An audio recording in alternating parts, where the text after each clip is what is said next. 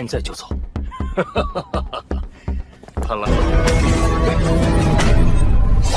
可以出力，罗监察使，我们一起去。城南基地市的防御就成了问题。江组长。 Halo guys, selamat bertemu kembali di Akur Channel. Saat ini Mimin akan membagikan kembali alur cerita Swallow Star episode 773 sampai 774 atau episode 799 sampai 800 dan tak bosan-bosannya, Mimin ingin memohon maaf yang sebesar-besarnya untuk adegan dalam video dengan alur cerita akan sangat berbeda. Baiklah, tidak usah basa-basi berlama-lama, selanjutnya kita langsung saja ke ceritanya.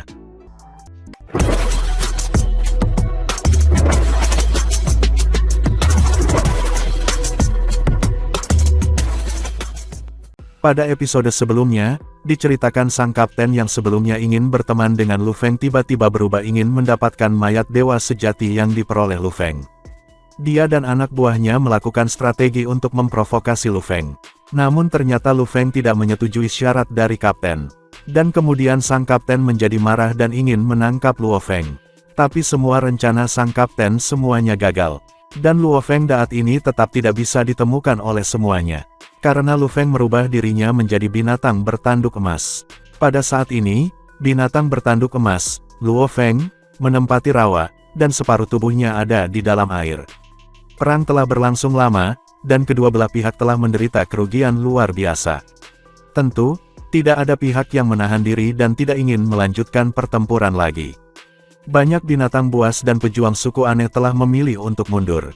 Akhirnya, seorang prajurit menghubunginya. Bima Sakti, ini aku, He, bintang bertanduk emas Luo Feng menyeringai. Oh, He, jawabnya, apakah kamu mendapatkan kredit militer yang cukup? Tidak, sangat sulit untuk mendapatkan 10.000 kredit militer, jawab He. Bima Sakti, aku baru saja menerima kabar bahwa Kapten, Kufa, dan Yuluo, dan para prajurit di bawah mereka sedang mencari kamu. Mereka ingin mendapatkan tubuh dewa yang sejati dari kamu. Mereka mengecualikan aku karena mereka pikir aku bersama kamu. Benarkah?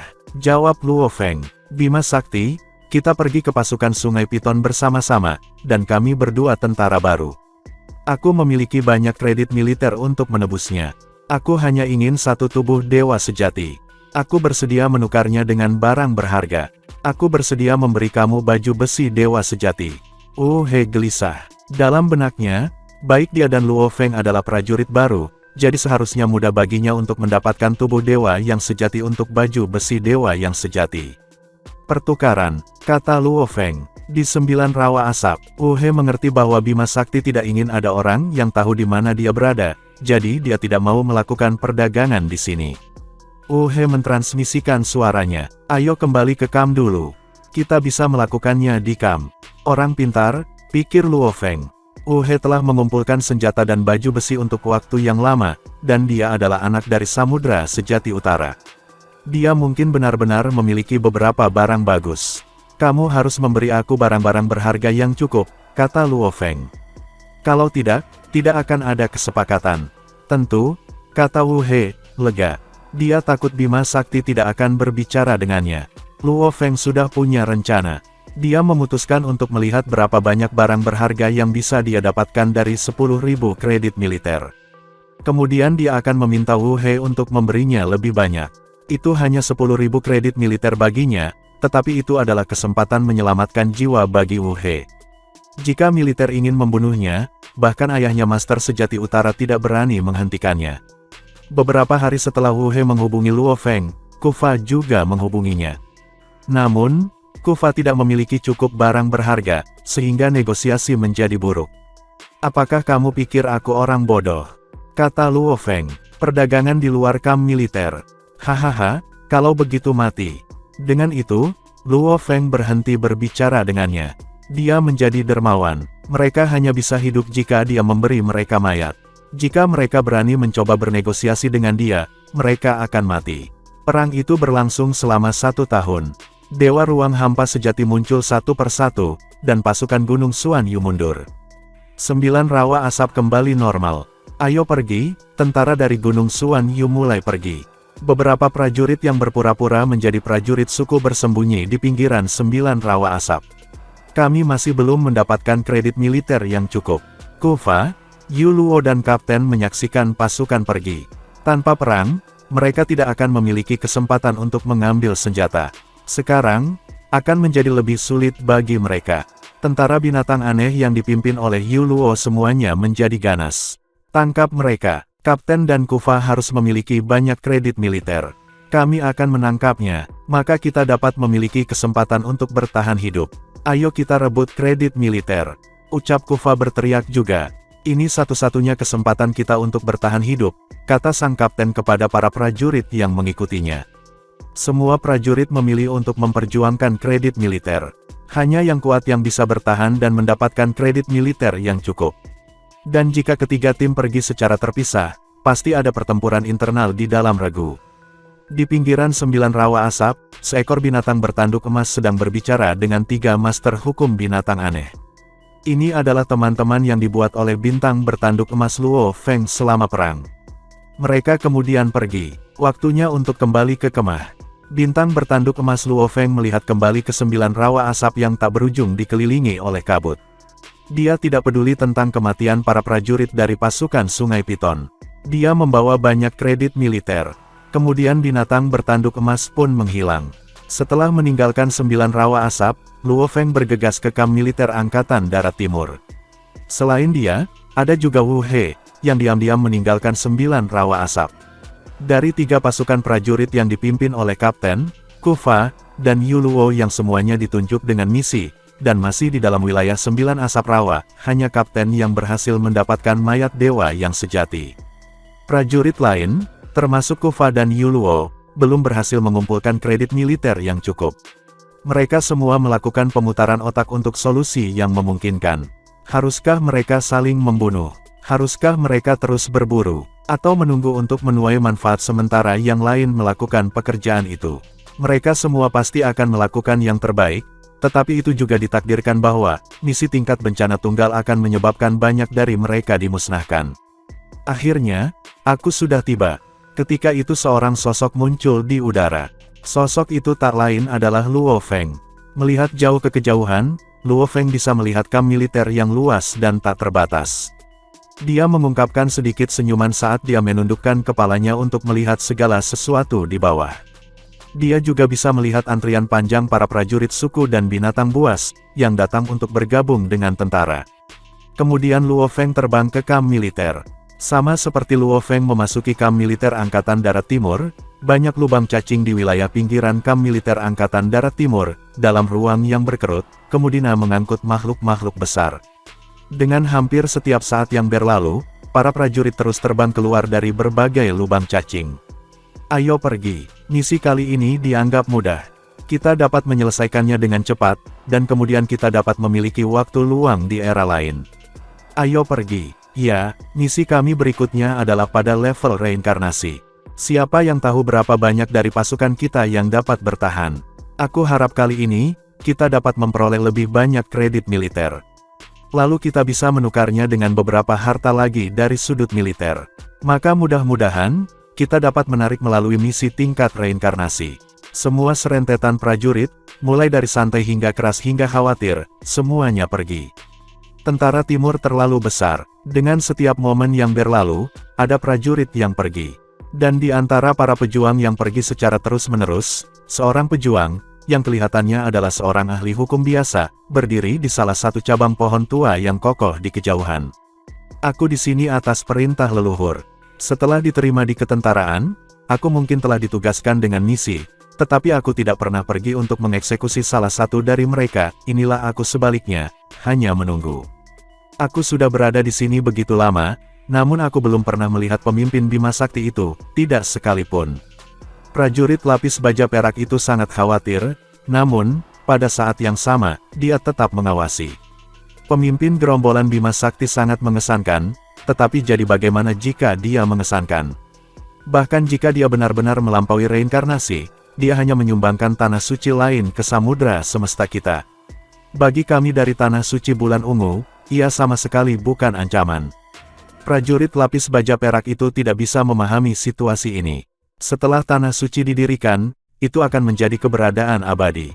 Alam semesta Tanah Suci Bulan Ungu, aku tidak takut pada makhluk besar manapun, jadi aku benar-benar tidak dapat memahami mengapa leluhur memandang pemimpin Bima Sakti ini dengan sangat hormat. Bahkan jauh-jauh di sini di dunia gaib ini, dia masih memberi perintah agar kita melihat keberadaannya. Prajurit lapis baja perak itu mendesah dalam hati. Dia sama sekali tidak mengerti. Dia dipenuhi dengan keraguan, tetapi ini adalah perintah leluhur, dia tidak berani menentangnya. Samudra semesta yang luas itu misterius dan tak terduga. Di salah satu dari dua alam semesta Tanah Suci Bulan Ungu, leluhur Bulan Ungu tumbuh marah dan tidak puas. Apakah kamu sudah menemukan keberadaan Luo Feng? Dua sosok gugup berlutut di depannya dengan penuh hormat. Leluhur, sebelumnya, kami menyaksikan kapal makam memasuki dunia gaib, jadi kami mengikutinya.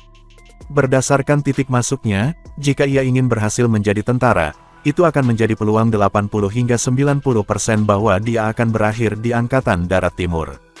Jadi setelah aku bergabung dengan Angkatan Darat Timur, aku telah melihat jalan keluar dari banyak lubang cacing, dan memang, aku belum menemukan pemimpin gerombolan Bima Sakti. Kami tentu belum menemukan jejaknya, leluhur. Mungkinkah pemimpin gerombolan Bima Sakti belum bergabung dengan tentara? Kedua Master Semesta tetap berlutut. Dia memiliki warisan dari jantung Sungai Duandong. Bahkan jika dia berada di dunia gaib, dia mampu melepaskan apapun dengan mudah, begitu banyak sehingga, dia membuat nama untuk dirinya sendiri. Leluhur Bulan Ungu memandang ke bawah ke arah dua Master Semesta dan berkata dengan dingin, tidak hanya lakukan, kamu berdua harus berjaga-jaga di pintu keluar lubang cacing, tetapi kamu juga perlu sering bertanya tentang dia. Saat dia mendapatkan reputasi, kamu akan dapat mengetahui lebih banyak tentang dia dengan mudah. Dimengerti, dimengerti. Kedua Master Semesta menjawab dengan sangat hormat. Leluhur, kita, misi pasukan kita. Master Semesta berwajah ganda dengan 4 tangan tidak bisa menahan diri untuk bertanya. Kalian berdua harus memutar, perintah leluhur Bulan Ungu dengan acuh tak acuh. Sementara satu berjaga dan berpatroli, yang lain akan keluar untuk menyelesaikan misi pasukannya. Ketika misi selesai, kembalilah ke kamp militer untuk melanjutkan pencarian dan penyelidikan. Tim lain akan pergi untuk menyelesaikan misi mereka. Kali ini, sangat sedikit dari Tanah Suci Ungu Bulan kita, yang memasuki dunia gaib. Sampai era berikutnya, akan ada beberapa master alam semesta akan pergi. Pada saat itu, kamu berdua akan memiliki waktu yang jauh lebih mudah.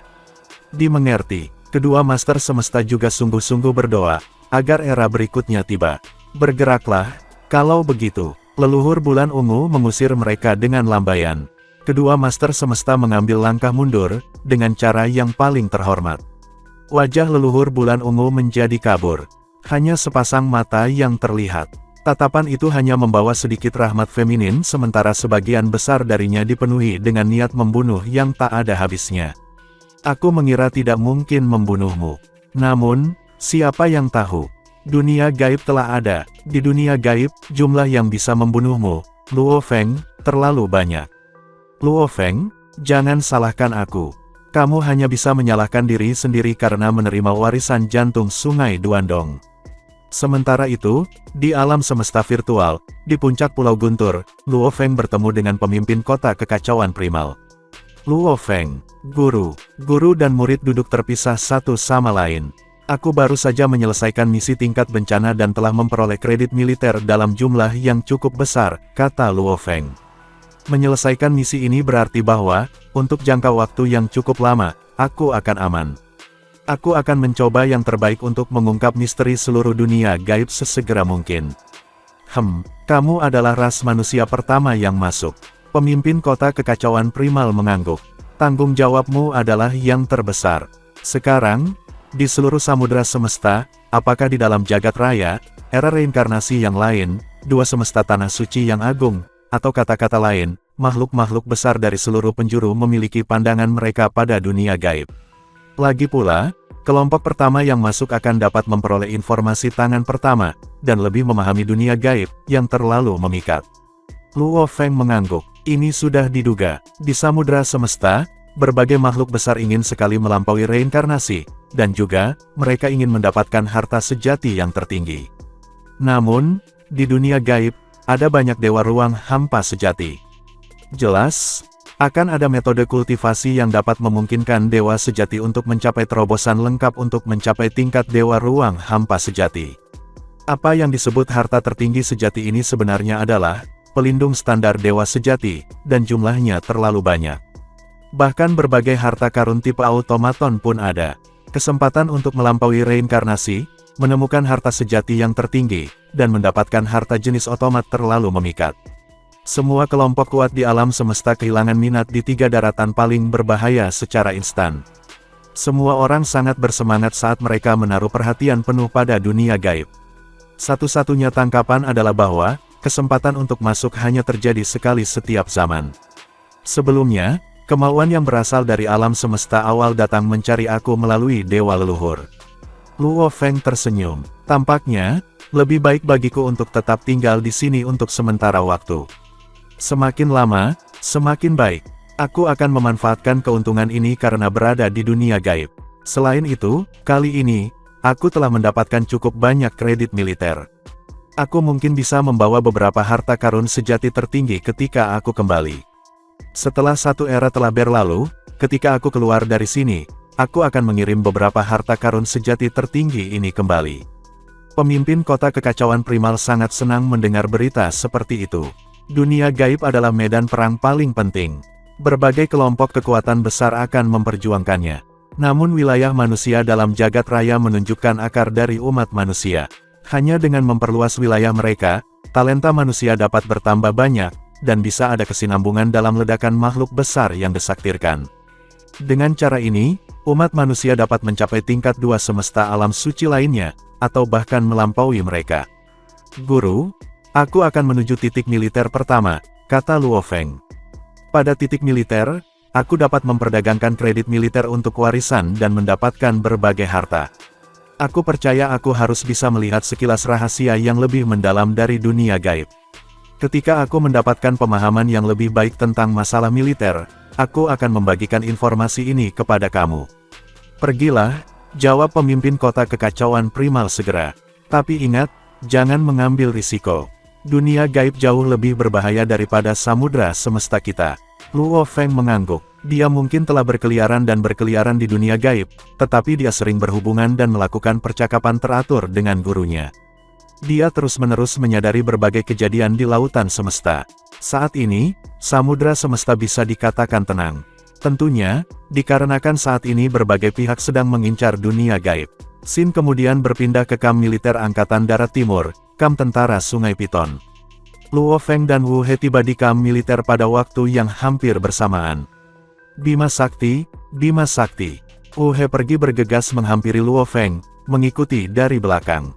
Sayap-sayap yang melekat pada lehernya terus mengepak saat berkata, aku telah menyiapkan harta itu. Kamu bisa memberi aku satu sebagai gantinya sekarang. Kamu sudah menyiapkannya. Luo Feng memandangnya dengan nada mengejek. Tidak terburu-buru sama sekali. Aku akan pergi ke titik militer pertama.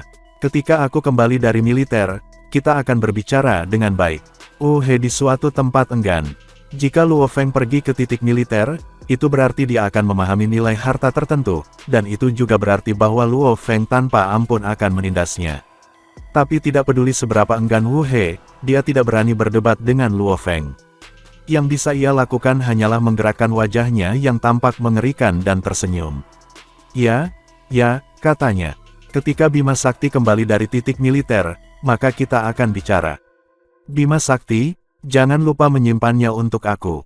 Dia paling khawatir bahwa rekrutan baru ini, Bima Sakti, akan menukar semua mayat dewa yang sejati untuk kredit militer. Itu benar-benar akan memberinya pukulan yang menghancurkan. Itu akan sama dengan menghukumnya mati.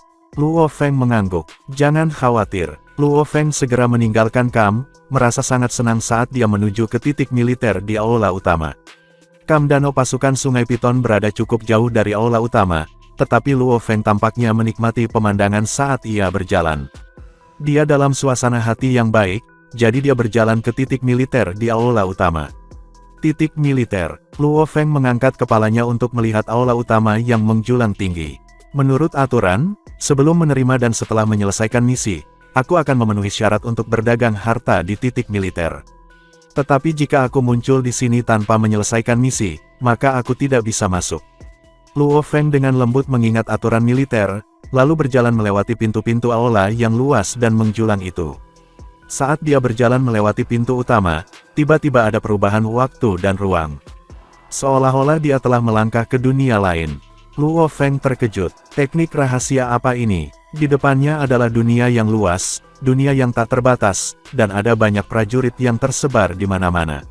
Di depan mereka masing-masing adalah sosok emas. Dibandingkan dengan alam semesta virtual, ini jauh lebih ajaib. Luo Feng diam-diam berseru. Sosok emas muncul entah dari mana untuk mendarat di depan Luo Feng. Luo Feng memperhatikan sosok emas di depannya, namun dia tidak bisa melihat wajahnya dengan jelas. Sosok itu sepenuhnya diselimuti cahaya keemasan. Prajurit tentara Sungai Piton, kamu sedang dalam misi. Sosok emas memandang Luo Feng. Kamu tidak diizinkan berdagang untuk barang apapun di tempat militer. Misi aku tercapai, kata Luo Feng. Dengan satu gelombang, Luo Feng mengungkapkan mayat ular dewa besar binatang buas di sisinya. Itu adalah mayat raksasa hampir 1 juta kilometer panjangnya. Mayat itu muncul begitu tiba-tiba sehingga bahkan para prajurit dari kejauhan terkejut. Ironisnya, dalam poin militer ini, hampir semua pejuang adalah penguasa hukum. Tubuh dewa sejati yang panjangnya hampir 1 juta kilometer jatuh di tanah, dan tanah bergetar. Ekor tubuh menyentuh seorang prajurit di dekatnya. Semua prajurit itu berbalik. Ketika mereka melihat tubuh dewa aneh binatang aneh itu, mereka semua berseru. Mata keemasan ditembak cahaya keemasan, menutupi tubuh dewa sejati binatang buas yang aneh. Dia lalu mengangguk. Ini memang dewa sejati dari 9 rawa asap. Tugas selesai. 10.000 kredit militer diberikan. Luo Feng kaget. Bisa dikatakan bahwa mayat itu berasal dari 9 rawa asap dengan inspeksi sederhana. Tampaknya militer memang memiliki kontrol yang mencengangkan atas dunia gaib. Sebutkan kebutuhanmu. Si emas memandang Luo Feng. Kamu dapat menukar 10.000 poin militer ini dengan senjata, mesin, warisan, dan apapun lainnya dalam daftar. Jika kamu memiliki barang berharga lainnya, kamu juga dapat memberikannya kepada militer dan mendapatkan kredit militer. Ini daftarnya. Kemudian layar cahaya raksasa muncul di depan Luo Feng setelah makhluk emas berhenti berbicara. Ada daftar terperinci di layar, dan Luo Feng membacanya sepintas lalu. Aku ingin informasi dasar tentang para dewa sejati di atas, kata Luo Feng. Informasi dasar, kata makhluk emas. Hanya ada 3 bagian materi tentang informasi dasar. Berdasarkan detail dan tingkat kerahasiaan, mereka membutuhkan kredit militer masing-masing sebesar 100, 500, dan 3.000. Luo Feng terkejut. Itu hanya informasi dasar, bahkan bukan panduan pelatihan, namun diperlukan begitu banyak kredit militer. Kredit militer yang diperoleh dari tugas tingkat bencana hanya 10.000. Mudah baginya untuk mendapatkan 1 atau bahkan 2 harta karun sejati tertinggi dari Wu He dengan 1 tubuh dewa sejati, mungkin lebih. Dia memang ingin tahu lebih banyak. Aku ingin kelas tertinggi, kata Luo Feng. 3.000 kredit militer dihabiskan, kata makhluk emas. Prajurit dari pasukan Sungai Piton, kamu masih memiliki 7.000 kredit militer, dan kamu hanya bisa membaca informasi rahasia di sini. Banyak teks muncul di layar di depan Luo Feng. Hanya dia yang bisa membaca kata-kata, tidak ada orang lain yang bisa melihatnya, dan dia juga tidak bisa melihat perdagangan yang dilakukan oleh tentara lain. Ini, Luo Feng berbisik dan mulai membaca. Teksnya kecil, dan layarnya luar biasa. Ada 100 juta kata di setiap layar terang. Berdasarkan informasi dasar, ada pejuang di bawah abadi, master hukum atau ksatria alam semesta, master hukum atau master semesta, dewa sejati, dewa ruang hampa sejati, dan dewa sejati abadi. Ketika suatu bentuk kehidupan lahir di dunia gaib, mereka semua berada di tingkat bawah abadi. Secara umum, setiap orang yang tumbuh menjadi dewasa bisa menjadi abadi, dan beberapa talenta bisa menjadi abadi setelah mereka disaktirkan. Pejuang yang tidak pernah mati, para ksatria hukum, dan penguasa hukum semuanya adalah bentuk kehidupan tubuh yang sakti. Energi dan jejak hidup mereka digabung menjadi satu. Ketika kekuatan sakti dikonsumsi, jejak kehidupan dikonsumsi juga. Beberapa ras memiliki jiwa, sementara beberapa bentuk kehidupan, seperti makhluk batu, memiliki inti lainnya.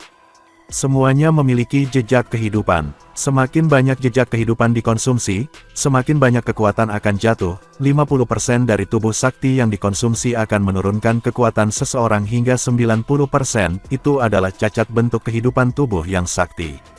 Begitu seseorang menjadi dewa sejati, mereka akan kembali ke asal seperti bayi, kembali ke kehidupan nyata mereka.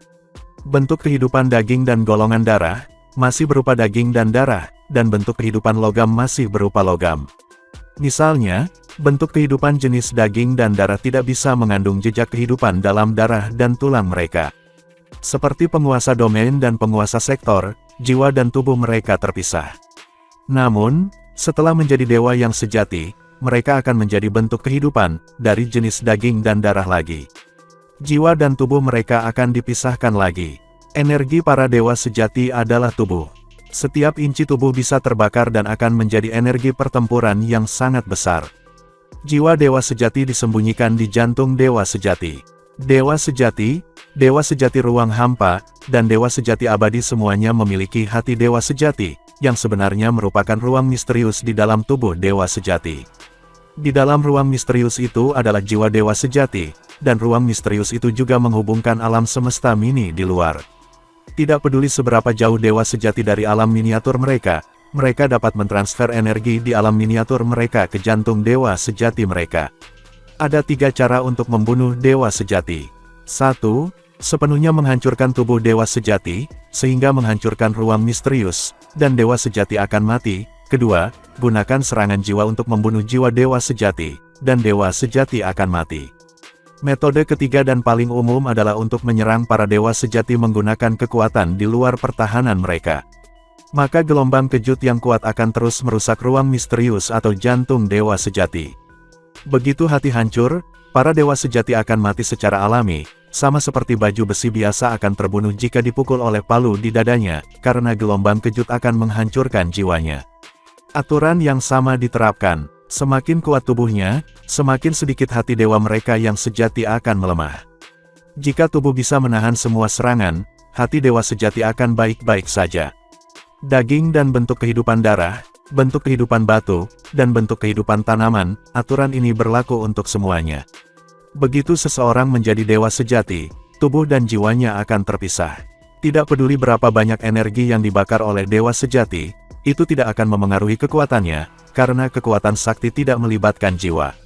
Dewa-dewa sejati memiliki alam semesta mini, dan mereka diubah dari negara-negara dewa, bukan diciptakan oleh dewa-dewa sejati.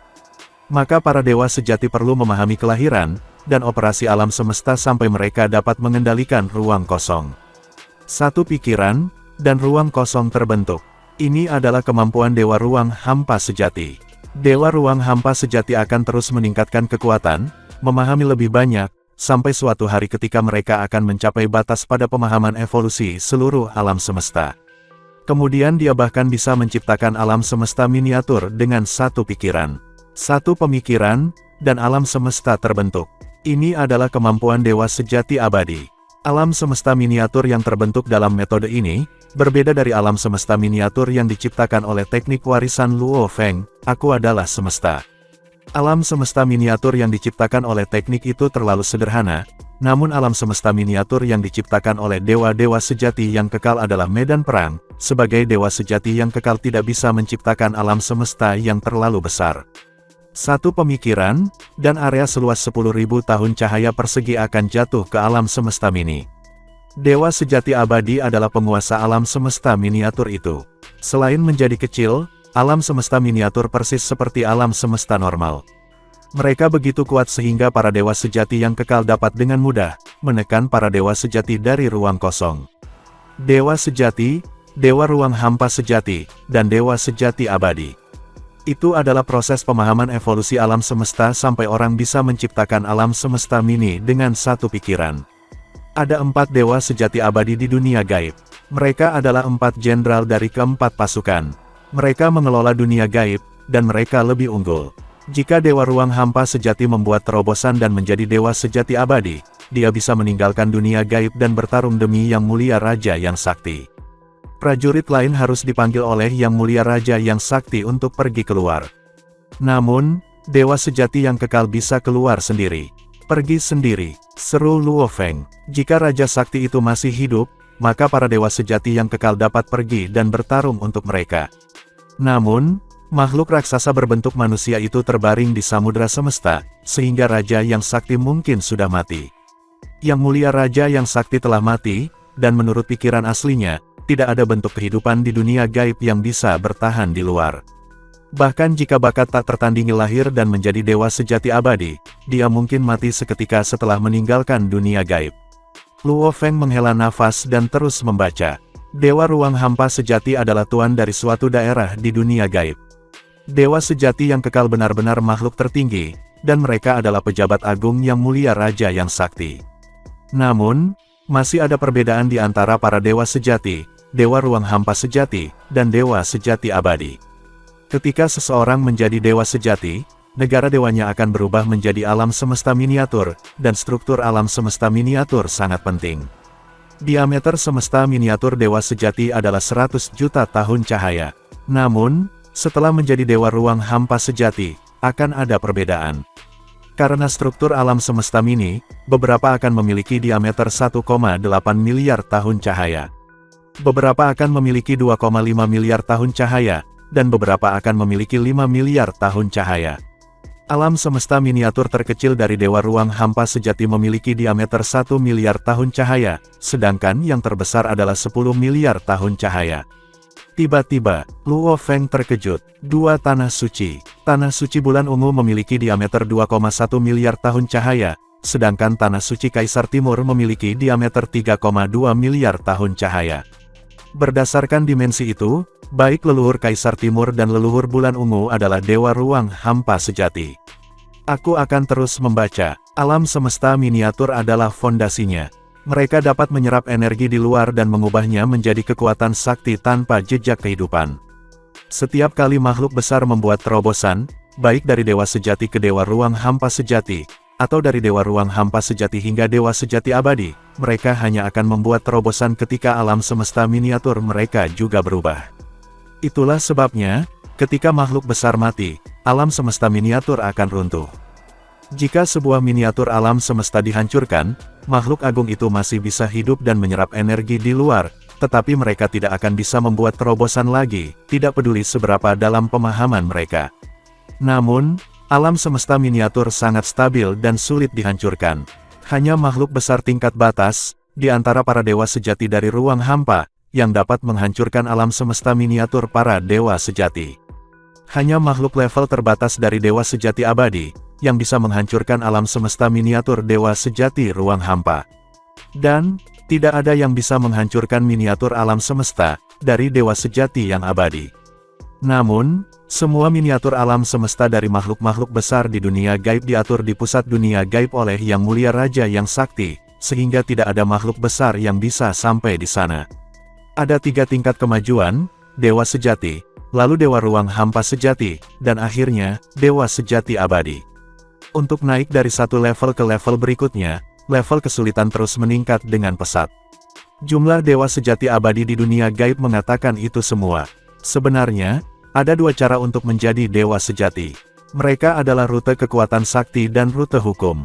Di antara keduanya, rute hukum adalah yang paling umum. Tetapi jika seseorang memilih rute kekuatan yang sakti, prosesnya akan jauh lebih sulit. Dan begitu seseorang berhasil memilih rute kekuatan yang sakti, gen kehidupan di setiap tingkat akan dibagi secara adil. Akan ada total 3 tingkatan, dan siapapun yang mampu mencapai tingkat ketiga 90.000 kali tingkat gen kehidupan, akan dianggap sebagai legenda. Dengan kata lain, pergi melalui rute kekuatan yang sakti, gen kehidupan seseorang harus mencapai 90.000 kali untuk menjadi dewa sejati. Tingkat kesulitannya sangat tinggi, tetapi dengan menempuh rute kekuatan sakti, seseorang bisa menjadi dewa sejati yang sebanding dengan dewa sejati abadi. Setiap dewa sejati yang mampu mencapai tingkat gen kehidupan 90.000 kali, dapat dengan mudah menjadi dewa ruang hampa sejati. Bergerak maju, menjadi dewa sejati yang abadi tidak lagi sulit. Luo Feng selesai melihat semuanya sekaligus, tetapi menjelang akhir, dia tidak bisa menahan cemberut. Rute kekuatan yang sakti begitu sulit. Diperlukan gen hidup untuk dikalikan 90.000 kali. Itu hampir tak terbayangkan sulit. Sebelum era reinkarnasi ini berakhir, apakah aku dapat mencapai 90.000 kali gen hidup aku?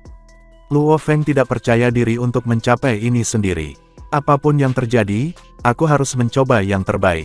Sebelum era reinkarnasi ini berakhir, bahkan jika aku tidak dapat mencapai 90.000 kali tingkat gen kehidupan, maka terlepas dari tingkat gen hidup aku pada saat itu, aku akan mencapai terobosan untuk menjadi dewa sejati yang abadi. Setelah Luo Feng selesai melihat-lihat semuanya, dia berkata, aku ingin melihat beberapa warisan. Kamu dimungkinkan? Jawab sosok emas itu seketika. Ini adalah daftar dari berbagai warisan. Layar berubah. Semua teks menghilang. Sebagai gantinya, ada daftar warisan yang sangat besar dan terperinci. Daftar ini dibagi menjadi harta yang dimurnikan, harta otomat, harta pertempuran jarak dekat, dan berbagai kategori lainnya. 5.000 kredit militer, 10.000 kredit militer, dan 100.000 kredit militer. Yang ini bernilai 10.000 kredit militer. Mengapa prajurit yang tertarik harus dari pasukan khusus agar diizinkan berdagang untuk itu? Melihat ke bawah daftar, Luo Feng terkejut mengetahui bahwa warisan ini memang sangat mahal dan membutuhkan banyak kredit militer sebagai pembayaran. Bahkan ada beberapa warisan khusus yang tidak dapat ditukar oleh prajurit biasa, bahkan jika mereka dapat membayar harganya. Sangat mahal, Tahap kedua dari teknik rahasia kekuatan sakti yang berkobar bahwa seorang ahli hukum akan dapat mengeksekusi jutaan kredit militer. Luo Feng tercengang. Dia tidak mengira dunia gaib memiliki teknik rahasia kekuatan sakti yang sangat hebat, itu sebanding dengan 2 jilid pertama pembasmian. Setelah melalui daftar banyak warisan, Luo Feng menyesali jumlah kredit militer yang sangat besar yang diperlukan. Aku ingin melihat senjata seperti baju besi, kata Luo Feng. Kamu dimungkinkan? Jawab sosok emas itu. Daftar di layar berubah lagi. Setelah setiap nama di layar, ada desain pola untuk setiap senjata atau baju zirah, bersama dengan kredit militer yang diperlukan dan juga kekuatan masing-masing baju besi. Luo Feng memindai daftar itu dengan sekali pandang. Armor tingkat dewa sejati menghabiskan sekitar 10.000 kredit militer. Senjata tingkat dewa sejati, di sisi lain, bervariasi dalam harga. Senjata di ujung bawah spektrum biaya 2.000 kredit militer, sementara senjata di ujung, lebih tinggi biaya sebanyak 1 juta kredit militer. Adapun kapal perang tingkat dewa sejati, biaya termurahnya adalah 50.000 kredit militer. Luo Feng melihat-lihat setiap item dalam daftar. Rupanya, harta karun sejati tipe istana adalah yang paling berharga, baris berikutnya adalah jenis harta karun sejati tertinggi jiwa, yang membutuhkan setidaknya 30.000 kredit militer, diikuti oleh jenis domain, jenis baju besi, dan jenis serangan terakhir.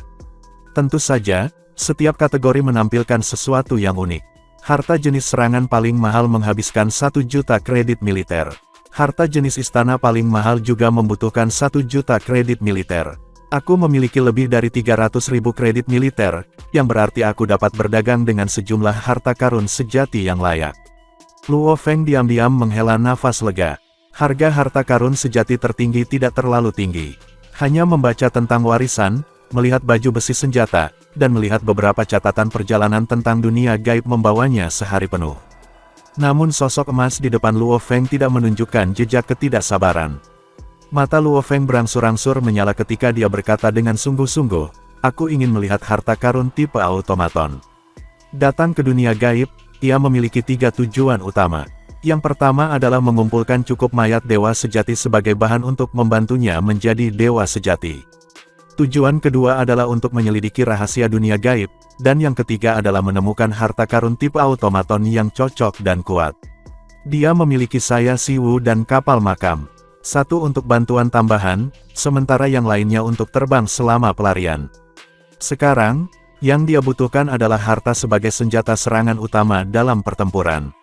Ini daftarnya. Layar di depan sosok emas berubah lagi. Daftar di layar berisi sangat sedikit pilihan. Hanya beberapa pilihan yang tersisa dalam daftar seperti jiwa-jiwa yang kesepian, namun, semua ini adalah harta otomat tingkat dewa yang sebenarnya.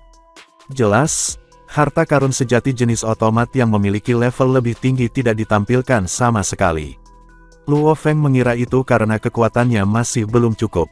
86 macam. Luo Feng memeriksa dengan seksama. Ada begitu sedikit jenis yang tersisa di layar.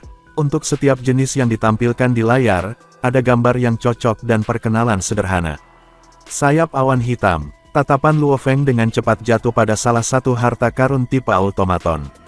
Sayap awan hitam, otomat level dewa sejati atau biasa. 150.000 kredit militer diperlukan untuk pertukaran. Prajurit tentara Sungai Piton diizinkan untuk memiliki kekuatan ini. Kekuatan, terampil dalam melarikan diri, kemampuan pertahanan yang sangat tinggi, terampil dalam menahan dan menjebak musuh. Kelemahan, menyerang kekuatan di sisi yang lebih lemah. Sebelumnya, di 9 rawa asap, Kapten telah menggunakan sayap awan hitam ini untuk berurusan dengan Luo Feng. Kekuatan menahan memang kuat sampai-sampai menakutkan. Luo Feng menduga bahwa jika dia tidak menggunakan kapal makam, dan malah memilih untuk menggunakan pedang bayangan darah, dia kemungkinan besar harus mengeksekusi pembasmian jika dia ingin membebaskan diri dari kekuatan pengendalian sayap awan hitam, dan melarikan diri. Dan ini hanya harta otomat tingkat dewa sejati dari standar biasa. Luo Feng kagum. Sekilas, 100.000 kredit militer, 110.000 kredit militer, 120.000 kredit militer, 120.000 kredit militer, 130.000 kredit militer, 150.000 kredit militer, 300.000 kredit militer, 1 juta kredit militer, 3 juta kredit militer. Lebih jauh ke bawah daftar, harga harta karun tipe automaton yang berbeda meningkat dengan pesat. Kenaikan itu melonjak pada tingkat yang mengejutkan. Bahkan senjata tingkat dewa sejati bisa mencapai harga 1 juta kredit militer, belum lagi harta jenis otomat. Terlepas dari seberapa baik harta itu, jika aku tidak mampu membelinya, apalagi yang bisa aku lakukan. Luo Feng tidak terlalu ambisius untuk melihat langsung ke harta paling mahal. Sebagai gantinya, ia merenungkan daftar harta karun tipe otomat yang berada dalam kisaran 300.000 kredit militer, hingga 350.000 kredit militer. Segera, dia mengunci sasarannya. Itu adalah pedang besar yang membutuhkan 2 tangan untuk pegangan yang kuat. Itu sangat menakutkan, namun indah. Pedang berkabut, otomat level dewa sejati atau biasa. Diperlukan 320.000 kredit militer untuk pertukaran.